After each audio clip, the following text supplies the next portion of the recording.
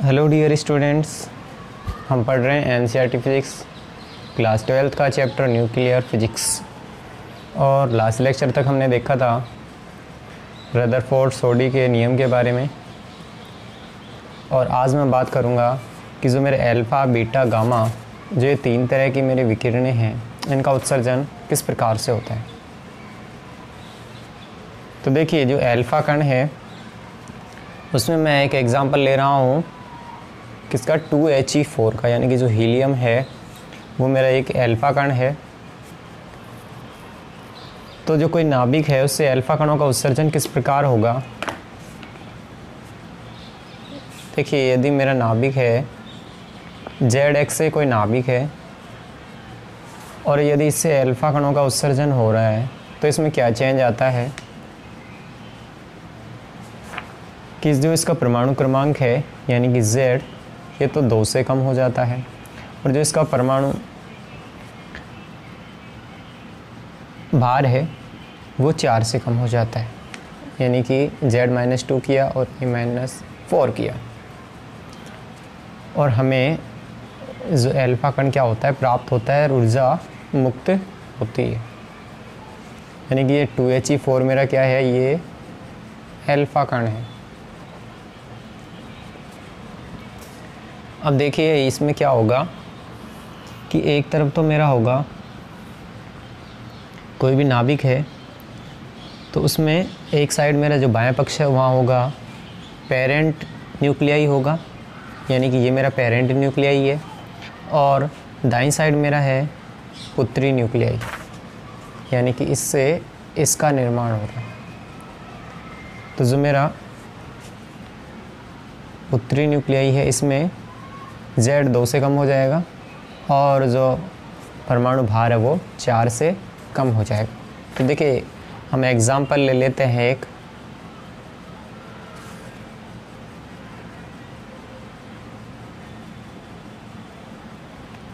मैं यहाँ एग्ज़ाम्पल ले रहा हूँ कि 92 यूरेनियम 238 है, कि मेरे पास है 92 यूरेनियम 238 है। अब इसका हो रहा है अल्फ़ा 6। जब इसका अल्फ़ा 6 होगा तो जो मेरा परमाणु क्रमांक 2 से कम होगा, यानी कि 90 रह जाएगा यहाँ। और जो परमाणु भार है वो 4 से कम होगा तो ये कितना रह जाएगा, 234।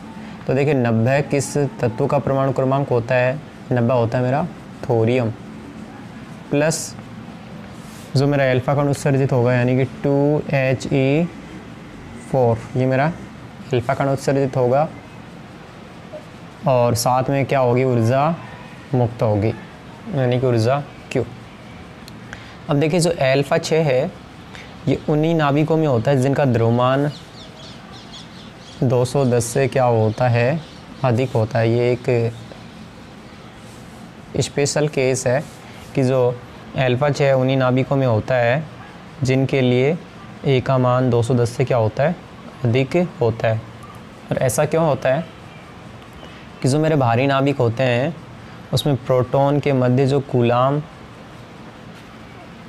प्रतिकर्षण बल है उसके कारण ये क्या होते हैं, अस्थायी होते हैं। तो अल्फ़ा कण उत्सर्जन होगा और इसका जो परमाणु क्रमांक 2 से और परमाणु भार 4 से कम हो जाएगा और ये फिर नाभिक क्या हो जाएंगे, स्थायी हो जाएंगे। तो अब नेक्स्ट देखिए इसमें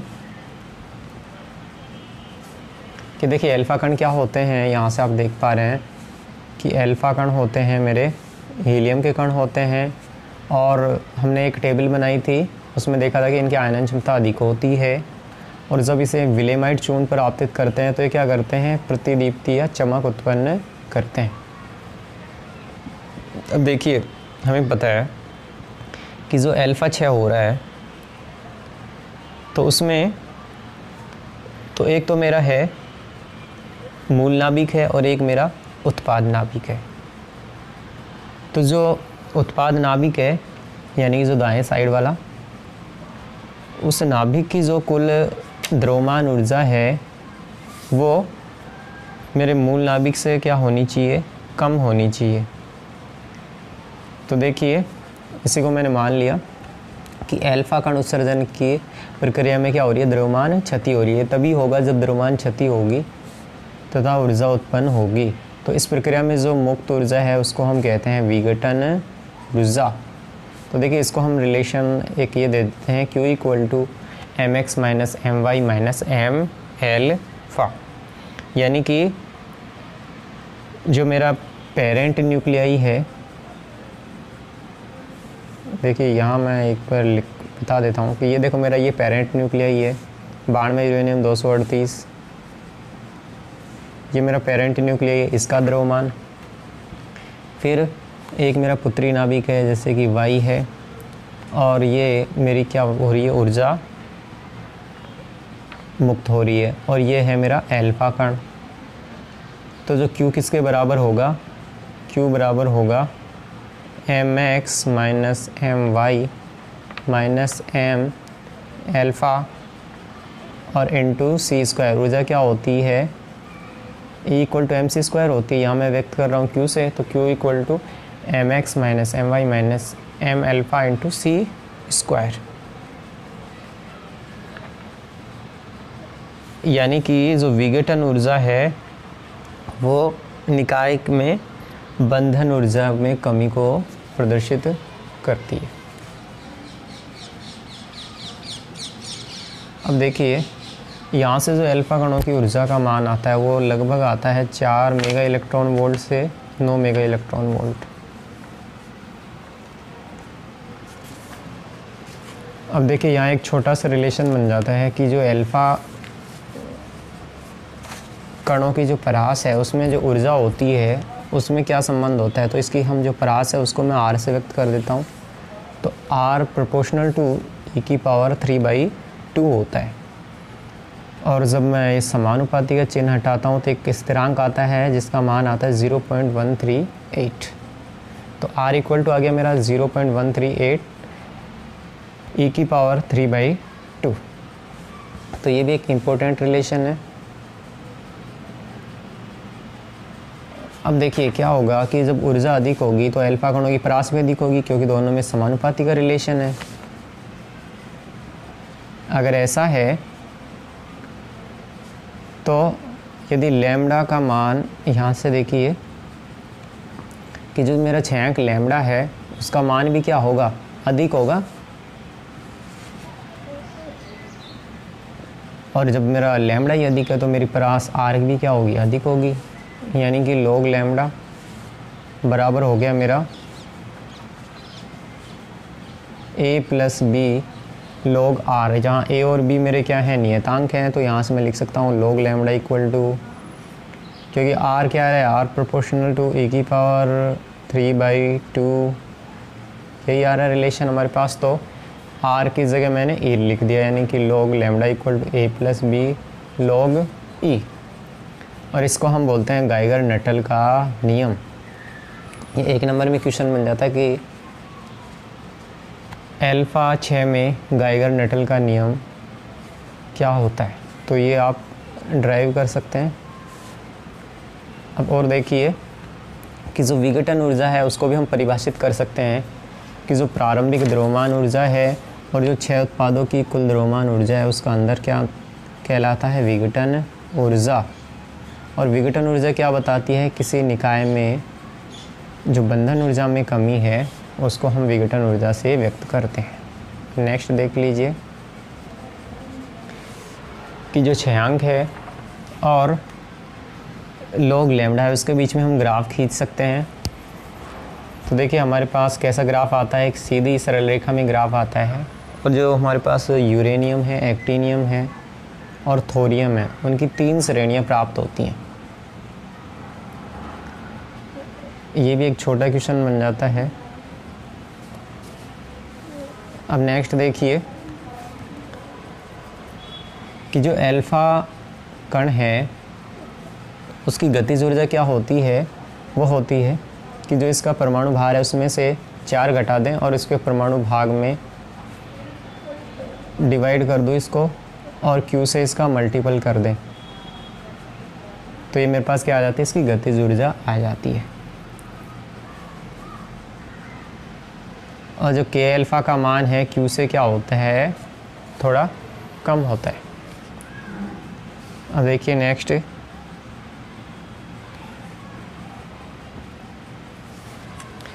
एक छोटा क्वेश्चन पूछा जाता है कि जो नाभिक की ऊर्जा है वो क्वांटीकृत क्यों होती है। तो देखिए जो अल्फा कणों का उत्सर्जन है वो कैसा होता है, विविक्त ऊर्जाओं के रूप में होता है, यानी सतत रूप से न होके ये एक पैकेट्स के रूप में होता है। इसलिए हम कह सकते हैं कि परमाणु की तरह नाभिक की ऊर्जा भी क्या होती है, क्वांटीकृत होती है। अब देखिए जो अल्फा 6 है उसको समझाने के लिए एक साइंटिस्ट था गैमो, उसने एक सिद्धांत दिया जिसे हम अल्फा 6 सिद्धांत कहते हैं। और इसी में क्वांटम यांत्रिकी में हम पढ़ते हैं कि जो अल्फा कण से संबंध तरंग होती है उसे एक बाउंड्री दे दी जाती है, यानी विभव प्राचीर जिसे हम बोलते हैं, तो वो उसको पार कर जाता है तो उसका ही क्या होता है, अल्फा 6 होता है। और इसे हम कहते हैं सुरंग प्रभाव। यहाँ में से डिटेल से तो नहीं पढ़ते हैं, थोड़ा हम ध्यान रख सकते हैं कि किसी भी कण से संबंध तरंग में विभव प्राचीर को पार करने की क्या होती है, निश्चित प्रायिकता होती है, जिसे हम क्या कहते हैं, सुरंग प्रभाव कहते हैं। अब देखिए जो न्यूटोनियन यांत्रिकी है उसके अनुसार अल्फा 6 संभव नहीं है। क्यों संभव नहीं है, क्योंकि ये कहता है कि अल्फा कण की जो ऊर्जा है वो क्या आ रही है, ऋणात्मक आ रही है, और जो गतिज ऊर्जा ऋणात्मक नहीं हो सकती, इसलिए न्यूटोनियन यांत्रिकी के अनुसार अल्फा 6 क्या नहीं है, संभव नहीं है। तो ये रहा अल्फा कण उत्सर्जन के बारे में। नेक्स्ट हम देख लेते हैं बीटा कण उत्सर्जन के बारे में। तो देखिए बीटा कण उत्सर्जन में क्या होता है, जैसे अल्फा कण में तो उसका परमाणु क्रमांक बदल रहा था, परमाणु भार बदल रहा था, लेकिन यहाँ केवल परमाणु क्रमांक बदलता है और परमाणु भार नहीं बदलता। और जो मेरा परमाणु क्रमांक भी है वो सिर्फ कितने से बदलता है, 1 से बदलता है। यानी कि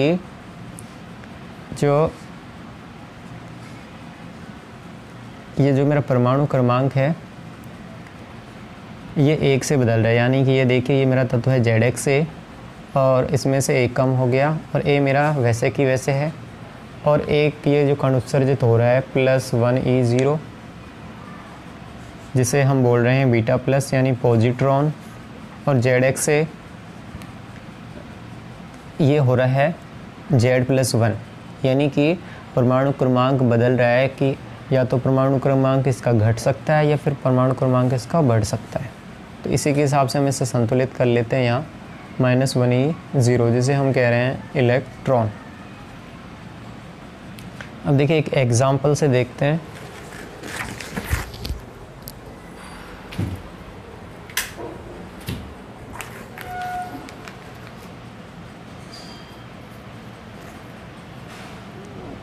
कि हमारे पास एक एग्जाम्पल है 90 थोरियम 234। तो देखिए इसमें अल्फा कण उत्सर्जन होगा, सॉरी बीटा कण उत्सर्जन होगा, तो इसका जो परमाणु क्रमांक है वो घट भी सकता है और बढ़ भी सकता है। तो देखिए यहाँ 90 थोरियम से निर्माण हो रहा है मेरा 91 Pa 234 का। तो यानी कि इसमें जो परमाणु क्रमांक है उसमें 1 की वृद्धि हो रही है, तो यहाँ ये आएगा -1 E0। और अब ये देखिए यहाँ से यहाँ हमारे पास एक अलग से कण आ गया जिसे हम कह रहे हैं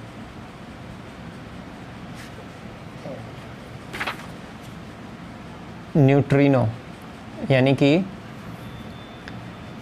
जब नाभिक में न्यूट्रॉन प्रोटॉन में तथा प्रोटॉन न्यूट्रॉन में बदलता है तो बीटा कण उत्सर्जित होते हैं। यानी कि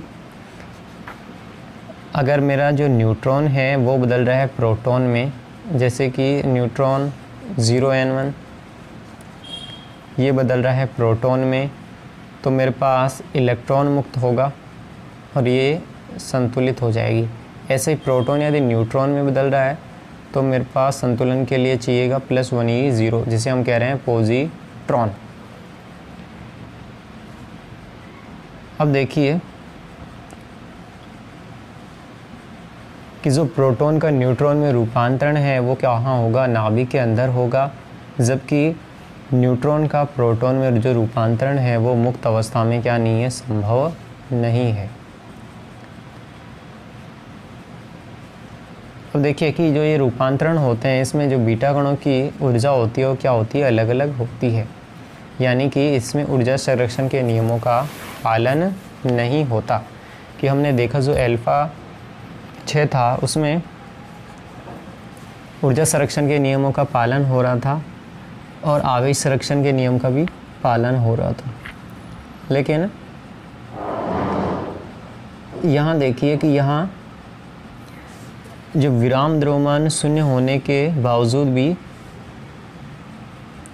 यहाँ जो न्यूट्रिनो आएगा उसमें संवेग होगा, इसलिए हम यहाँ संवेग संरक्षण के नियम को भी समझाना पड़ेगा हमें।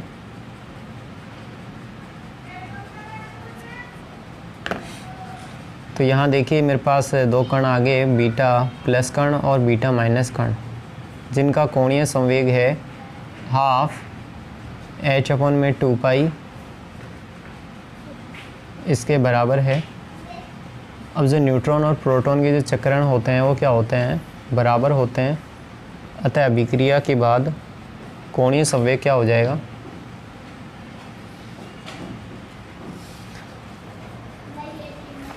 ये होगा 12 h/2 pi plus minus h/2 पाई, यानी कि जो कुल कोणीय संवेग क्या होगा, 0 होगा या फिर h/2 पाई होगा।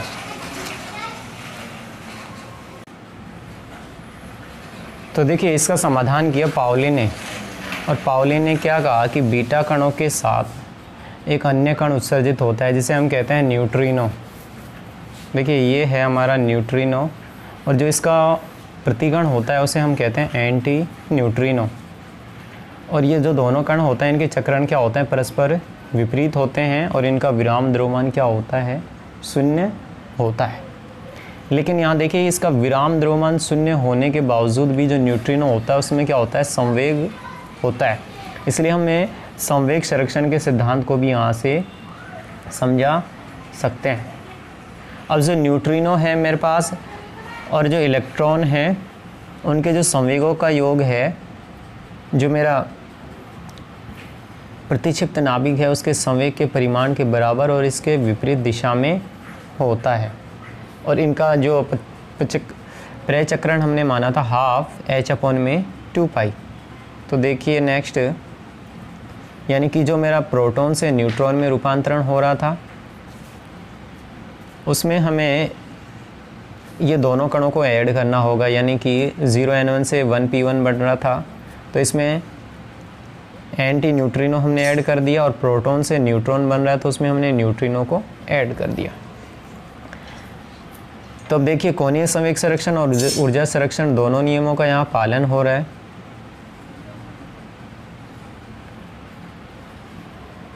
तो अब नेक्स्ट हम देख लेते हैं अल्फा 6 या फिर अल्फा किरणों का उत्सर्जन किस तरह से होता है।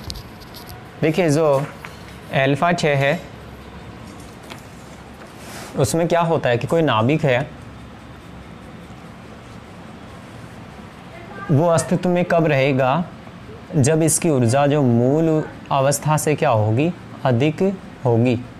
यानी कि जो कोई उत्तेजित नाभिक है वो निम्न ऊर्जा स्तर या मूल ऊर्जा स्तर में संक्रमण करेगा, तो जो प्रारंभिक और अंतिम ऊर्जाओं के अंतर के बराबर वो क्या करेगा, फोटोन उत्सर्जित करेगा। हम जानते हैं कि जब कोई उत्तेजित नाभिक है, जब वो उसके निम्न ऊर्जा स्तर में संक्रमण करता है तो वो क्या करता है, वो विकिरणों का उत्सर्जन करता है, या हम बोल सकते हैं कि फोटोन का क्या करता है, उत्सर्जन करता है। तो देखिए यहाँ यानी कि अल्फा 6 होने के लिए जो नाभिक का उत्तेजित अवस्था में होना अनिवार्य है। तो देखिए कि यहाँ मेरे पास एक नाभिक है ZX है। अब इससे सबसे पहले क्या होगा, अल्फ़ा या बीटा कणों का उत्सर्जन होगा। अब जैसे ही अल्फ़ा या बीटा कणों का उत्सर्जन होगा तो ये फिर उत्तेजित अवस्था में आ जाएगा, और जब ये फिर मूल अवस्था या निम्न अवस्था में लौटेगा तो इससे क्या होगा, अल्फ़ा कणों का उत्सर्जन होगा। तो देखिए ये ZX है और इससे हो रहा मेरा अल्फ़ा कणों का उत्सर्जन, क्योंकि 2He4 आ रहा है, यानी कि अल्फ़ा कणों का उत्सर्जन हो रहा है। अब ये नाभिक क्या है, उत्तेजित अवस्था में है, तो इसका क्या हो सकता है, गामा उत्सर्जन हो सकता है, यानी कि ZX स्टार से बनेगा ZX और अल्फ़ा किरण मेरे पास क्या होगी, मुक्त। तो देखिए इसका एग्जाम्पल मैं एक ले लेता हूँ,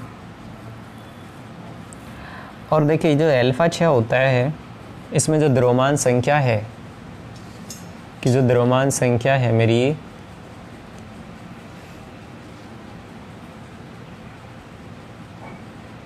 कि जो द्रव्यमान संख्या है मेरी वो, और ना ही जो मेरा परमाणु क्रमांक है, वो दोनों बदलते हैं।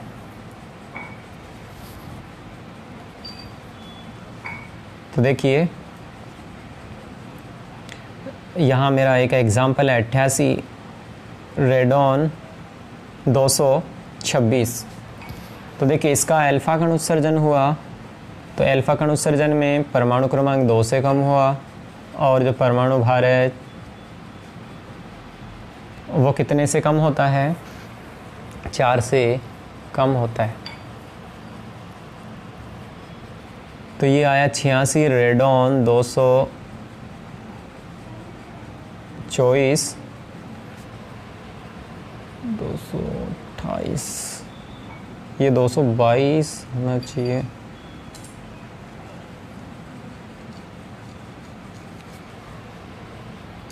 तो देखिए ये मेरे पास आ गया 86 रेडॉन 222 होना चाहिए ये, क्योंकि ये 4 से कम हो रहा है।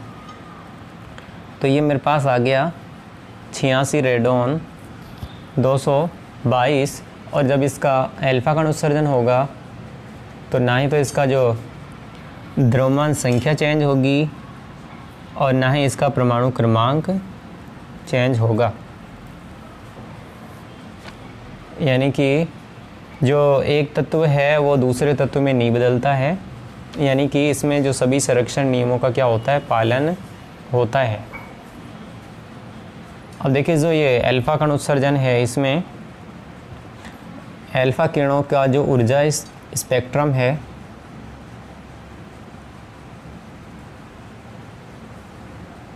ऊर्जा स्पेक्ट्रम कैसा प्राप्त होता है मेरे पास, ये मेरे पास प्राप्त होता है विविक्त, ये मेरे पास विविक्त प्राप्त होता है। जो अल्फ़ा कणों का ऊर्जा स्पेक्ट्रम वो कैसा प्राप्त होता है, विविक्त प्राप्त होता है। देखिए एक एग्जांपल और देख लेते हैं हम 27 कोबाल्ट 60 के लिए। इससे देखो भाई कोई भी नाभिक है, अगर यदि उससे अल्फ़ा कण उत्सर्जन कराना है तो पहले उससे अल्फ़ा या बीटा कण उत्सर्जन होना चाहिए। तो देखो 27 कोबाल्ट 60 है, इससे बीटा कणों का उत्सर्जन हो रहा है, तो ये उत्तेजित अवस्था में रह जाएगा। और देखिए उसमें इसकी ऊर्जा हमने कितनी ले ली, 1.17 मेगा इलेक्ट्रॉन वोल्ट से 1.33 मेगा इलेक्ट्रॉन के अल्फ़ा किरणों का क्या करेगा, ये उत्सर्जन करेगा, और ये 28 निकल 60 में बदल जाता है, यानी कि 27 कोबाल्ट 60 है, और ये बीटा कणों का उत्सर्जन हुआ है इसमें, तो ये मेरे पास 1.17 मेगा इलेक्ट्रॉन वोल्ट और 1.33 मेगा इलेक्ट्रॉन वोल्ट ऊर्जा के विकिरण का उत्सर्जन करेगा, यानी कि फोटोन का उत्सर्जन करेगा, और ये 28 निकल 60 में क्या हो जाता है, कन्वर्ट हो जाता है। तो ये क्या है, अल्फ़ा कणों के उत्सर्जन का ऊर्जा स्तर आरेख है।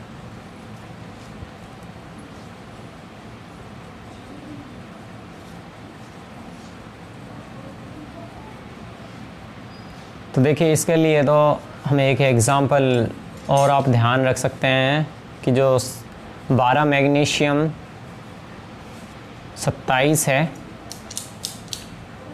12 Mg27, उससे जब गामा उत्सर्जन होता है तो मेरा 13 एल्युमिनियम 27 का क्या होता है, निर्माण होता है। अब देखिए थोड़ा सा पार्ट हमारा अल्फ़ा 6 का बच गया था। तो देखिए इसमें अल्फ़ा किरणों में आवेश और विराम द्रव्यमान शून्य होता है, इनकी भेदन क्षमता, सॉरी अल्फ़ा नहीं, गामा किरणों का थोड़ा सा पार्ट बच गया है। यानी कि जो मेरी गामा किरणें हैं इनकी आवेश और विराम द्रव्यमान शून्य है, तो इनकी भेदन क्षमता क्या होती है, अधिक होती है। यानी कि किसी धातु के अंदर भी क्या कर सकती हैं, प्रवेश कर सकती हैं। तो देखिए धातु के अंदर जैसे जैसे दूरी बढ़ेगी तो क्या होगा, इनकी तीव्रता में क्या आएगी, कमी आएगी। तो यहाँ से मैं एक रिलेशन ले सकता हूँ कि जो अल्फ़ा किरणों की तीव्रता है वो होगी I = I0 e की पावर म्यू एक्स। यानी कि ये हो जाएगा मेरा रिलेशन I = I0 e की पावर म्यू एक्स, जहाँ मेरा म्यू ज़ीरो इसकी अधिकतम तीव्रता है, म्यू मेरा पदार्थ का अवशोषण गुणांक है, और जो यहाँ पदार्थ की जो प्रकृति है वो अल्फ़ा किरण की जो तरंग दैर्घ्य के पे निर्भर करती है। यानी कि mu is proportional to lambda cube. यानी कि जो पदार्थ का अवशोषण गुणांक है वो किस पे निर्भर कर रहा है, अल्फ़ा किरण की तरंग दैर्घ्य पर। अब देखिए यदि आपतित जो किरण है उसकी ऊर्जा कम है, यानी कि किलो इलेक्ट्रॉन वोल्ट में है, तो अल्फ़ा कण प्रकाश विद्युत प्रभाव दर्शाता है। और यदि इसकी ऊर्जा अधिक है तो ये कॉम्पटन प्रभाव दर्शाता है। और यदि इसकी ऊर्जा बहुत अधिक है, जैसे कि 1.2 मेगा इलेक्ट्रॉन वोल्ट है, तो ये फिर युग्म उत्पादन प्रभाव दर्शाता है। यानी कि ओवरऑल आप ये कह सकते हैं कि जो है गामा कण होता है उसमें मेरे अल्फ़ा बीटा यानी कि जो प्रकाश विद्युत प्रभाव है, कॉम्पटन प्रभाव है एवं युग्म उत्पादन की क्या होती हैं, घटनाएं होती हैं। इसी कारण से क्या होता है कि जो ये नाभिकीय विकिरणें होती हैं जब किसी पदार्थ से अवशोषित होती हैं तो ये ऊष्मीय प्रभाव का क्या करती हैं, प्रभाव उत्पन्न करती हैं, जिनका हमारे शरीर पे क्या होता है, बैड इफ़ेक्ट होता है, जिससे शरीर झुलस सकता है, लंबे समय तक विकिरणों के प्रभाव में रहने से कैंसर आदि हो सकता है। तो आज हमने देखा अल्फ़ा 6, बीटा 6 और गामा 6 के बारे में। तो आपने मेरे को पेशेंस से सुना, इसके लिए धन्यवाद।